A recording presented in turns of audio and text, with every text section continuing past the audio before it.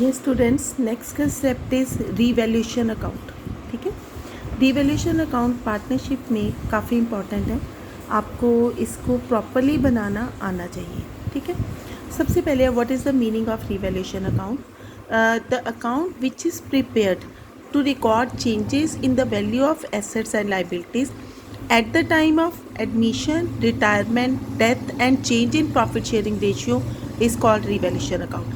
बच्चे जब हम परचेज़ करते हैं, suppose we purchased a land, ठीक है, तो 10 ईयर्स बिफोर, तो तब उसकी वैल्यू थी 10 लाख.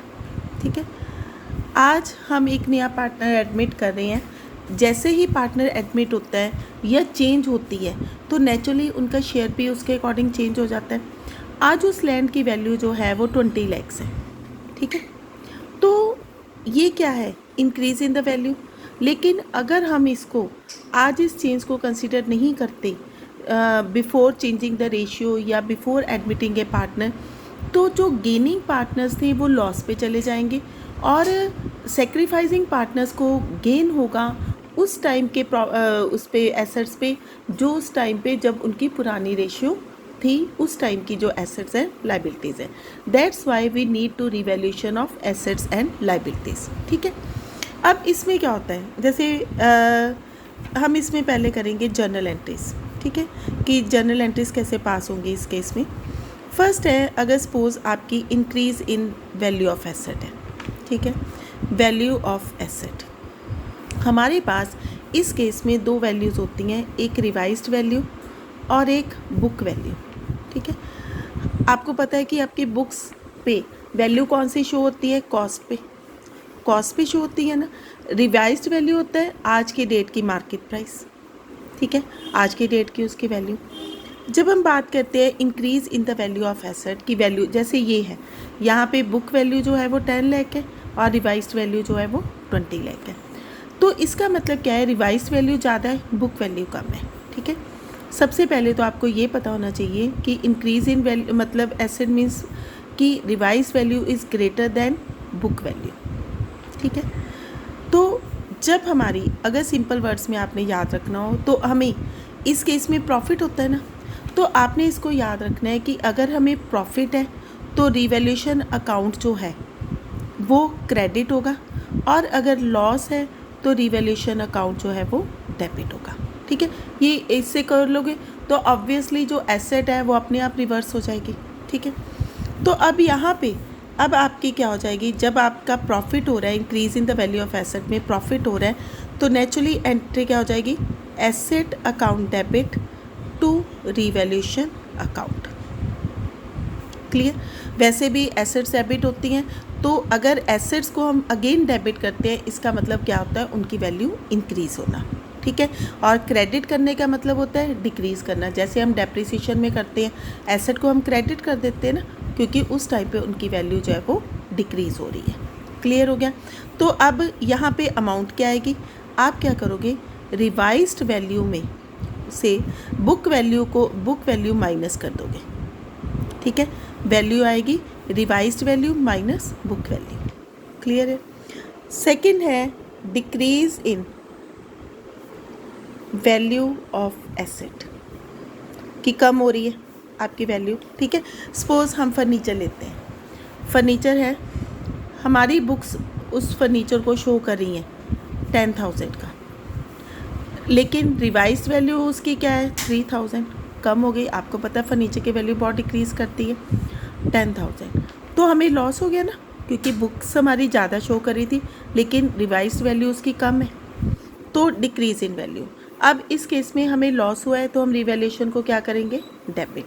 एंट्री डाल दो, revaluation account debit to asset account. देखो अब हमारी एसेट अपने आप क्रेडिट होगी ना जब कम हुई तो. ठीक है, क्योंकि एसेट्स का डेबिट बैलेंस होता है हमेशा, और कम होना हो तो इसका मतलब उसको डिक्रीज़ करती है. अब यहाँ पे अमाउंट क्या आएगी? अब बुक वैल्यू बढ़ी है ना, तो बुक वैल्यू में से माइनस करोगे रिवाइज्ड वैल्यू. क्लियर हो गया? उसके बाद नेक्स्ट है, अब ये तो बात हो गई एसेट्स की. अब लाइबिलिटीज़ का. लाइबिलिटीज़ होती हैं जिनको हमें पे करना है. ठीक है। तो लाइबिलिटीज़ का जो है वो कंसेप्ट रिवर्स चलता है, ठीक है, कि लाइबिलिटीज़ का इंक्रीज़ होना, increase in liability is a loss, ठीक है। अब एक क्रेडिटर्स है, हमारी बुक से शो करिए कि हमने उसको 10,000 पे करना है, लेकिन जब हमने एक्चुअली में वैल्यूएशन की तो उसको हमें 12,000 देना है, तो हमें लॉस हुआ ना 2,000 का, ठीक है। तो अब है next increase in value of liability, ठीक है। अब लॉस है तो रिवैल्यूएशन को क्या करोगे, डेबिट, तो एंट्री होगी revaluation account debit to liability account, जो भी आपकी लाइबिलिटीज़ होगी ना उसको आप क्रेडिट कर दोगे, इंक्रीज़ होगी ना, लाइबिलिटीज़ का बैलेंस क्रेडिट होता है, और हमारी भी देखो एंट्री के अकॉर्डिंग लाइबिलिटीज़ इंक्रीज़ हो रही हैं तो वो क्रेडिट हो रही हैं। क्लियर हो गया। उसके बाद फोर्थ है decrease in value of liability, value of liability, ठीक है। हमारे पास कोई क्रेडिटर है, हमारी बुक्स कहती हैं कि हमने 10,000 देना है, लेकिन उसको हमें एक्चुअल में देना पड़ना है 9,000, वैल्यूएशन हुई 9,000 देना पड़ा। तो इस केस में जब हमें कम पैसे देने पड़ते हैं तो हमें क्या हो गया, प्रॉफिट, गेन हो गया ना, हमें गेन है तो रिवैल्यूएशन को जो है क्रेडिट करोगे तो ऑब्वियसली लाइबिलिटी डेबिट हो जाएगी, liability account debit to revaluation account. Clear हो गया। फिर इसके बाद हमारे पास कुछ अनरिकॉर्डेड एसेट्स या अनरिकॉर्डेड लाइबिलिटीज़ होती हैं। अनरिकॉर्डेड एसेट्स मतलब कि हमने रिकॉर्ड में नहीं लाए थे लेकिन वो हमारी एसेट्स है। कई बार होता है ना कि जैसे कोई हमारे पास पुराना स्कूटर खड़ा हुआ था, हमने उसकी वैल्यूएशन नहीं लगाई, हम उसको यूज़ भी नहीं करते थे, हमें लगता था वो वैल्यूलेस है, लेकिन एक्चुअल में और नहीं कुछ, तो उसका जो उसमें पार्ट्स पड़े हैं उन्हीं की वैल्यू है, तो वो हमारी हो गई अनरिकॉर्डेड एसेट, ठीक है। अगर हमारे पास कोई अनरिकॉर्डेड एसेट पड़ी है तो नेचुरली हमें प्रॉफिट हो गया ना, हमने सोचा नहीं था उसकी कोई वैल्यू है लेकिन उसकी वैल्यू निकल आई, ठीक है। तो उस केस में हम एंट्री करेंगे, अब रिवैल्यूएशन को क्या करोगे, अनरिकॉर्डेड एसेट्स के केस में रिवैल्यूएशन जो है वो आपका क्रेडिट होगा टू रिवैल्यूएशन, ठीक है, और अनरिकॉर्डेड एसेट को हम डेबिट कर देंगे। अनरिकॉर्डेड एसेट उसका नाम दोगे आप, एसेट नहीं लिखोगे, जैसे स्कूटर है तो यहाँ पे लिखोगे scooter account debit to revaluation account. Clear हो गया।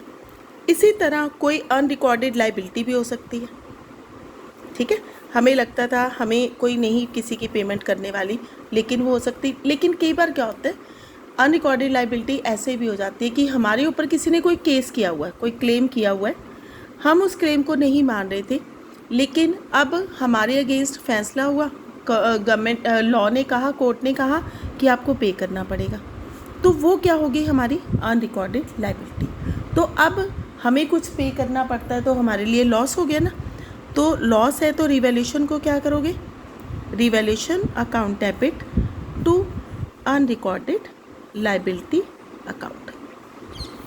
क्लियर हो गया, ठीक है। तो इस तरह से आपने जो है अपना रिवैल्यूएशन अकाउंट की एंट्रीज पास करनी है। अब रिवैल्यूएशन अकाउंट बनाना कैसे है, आपको पता है, अकाउंट तो आपका इसी फॉर्म में बनता है ना, ठीक है। तो ये आपका रिवैल्यूएशन अकाउंट है, डेबिट क्रेडिट, यहाँ पे आपका आ जाएगा रिवैल्यूएशन अकाउंट। इसमें 2 एंट्रीज और आएंगी, एक प्रॉफिट और लॉस की, वो बताती हूँ, यहाँ से कैलकुलेट करके बताती हूँ तो आपको लिए ईजी हो जाएगा, ठीक है। अब हम क्या करेंगे, यहाँ पे इस साइड पे लिखेंगे टू इंक्रीज इन एसेट, वो इस साइड पे आ जाएगी, ठीक है। बाय डिक्रीज इन एसेट इस साइड पे आएगी क्योंकि वो लॉस है, ठीक है। तो उसके बाद नेक्स्ट होगा आपका,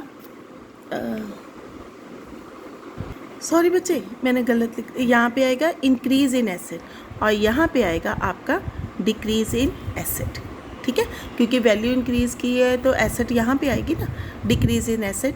वैसे भी ये हमारी प्रॉफिट साइड होती है और ये लॉस होती है, जितने भी प्रॉफिट्स होते हैं ना हम इस साइड लिखते हैं और लॉसेस को इस साइड लिखते हैं। जब एसेट की वैल्यू डिक्रीज़ की तो वो लॉस हुआ तो इस साइड पे आएगा और प्रॉफिट हुआ तो इस साइड पे आएगा। क्लियर हो गया। अब लाइबिलिटीज़ का रिवर्स चलो, ठीक है, इंक्रीज़ इन लाइबिलिटी यहाँ पे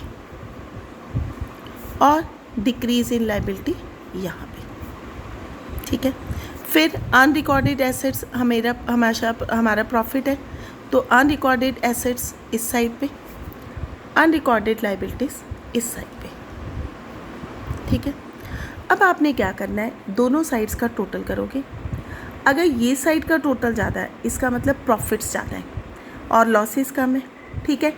तब आपने इसको यहाँ पे लिखोगे to profit transferred to capital account, अगर आप फ्लक्चुएटिंग मेथड से बना रहे हो कैपिटल, और करेंट अकाउंट अगर आपने फिक्स्ड मेथड से बनाया है, ठीक है।